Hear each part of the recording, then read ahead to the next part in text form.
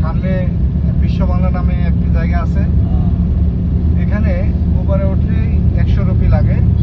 আর খাবার দাম তো আলাদা, খাবার খেলে খাবারের দাম আলাদা দিতে হবে, আলাদা দিতে হবে। আর না খেলে 100 টাকা দিতে হবে শুধু উপরে ওঠার জন্য নাকি? উপর উঠে জানে 100 টাকা এন্ট্রি ফিস আছে। ও, আমরা তো আর উপরে উঠবো না এখন নাকি? না না, উপরে ওখানে গাড়ি লাগবার জায়গা নেই, মনে জায়গা লাগালে তারপর উপর চড়তে হয়, বাকি ওখানে যেতে পারবো না ওরা। আচ্ছা আচ্ছা। অনেক রোড জাম আছে। আমরা তো যাবো ইকো পার্ক। ইকো পার্কে। তো ইকো পার্কে যাওয়ার জন্য তো বিশ্ব বাংলায় আমাদের ওঠার হ্যাঁ। দরকার আছে? না, ওইখানে ওই রাস্তায় ওই রাস্তায় যাবো আমরা। আচ্ছা ঠিক আছে, তাহলে আমরা ওই রাস্তা দিয়ে যাবো ইনশাআল্লাহ।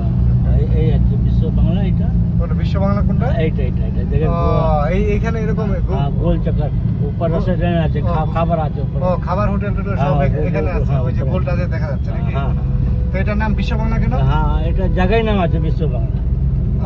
এটা হলো একটা গোল চক্কর, এটার ভিতরে হাঁটা চলে যাওয়া ব্যবস্থা আছে, হোটেল মোটেল সব এটার ভিতরে আছে। এই লিফট আছে এইটা।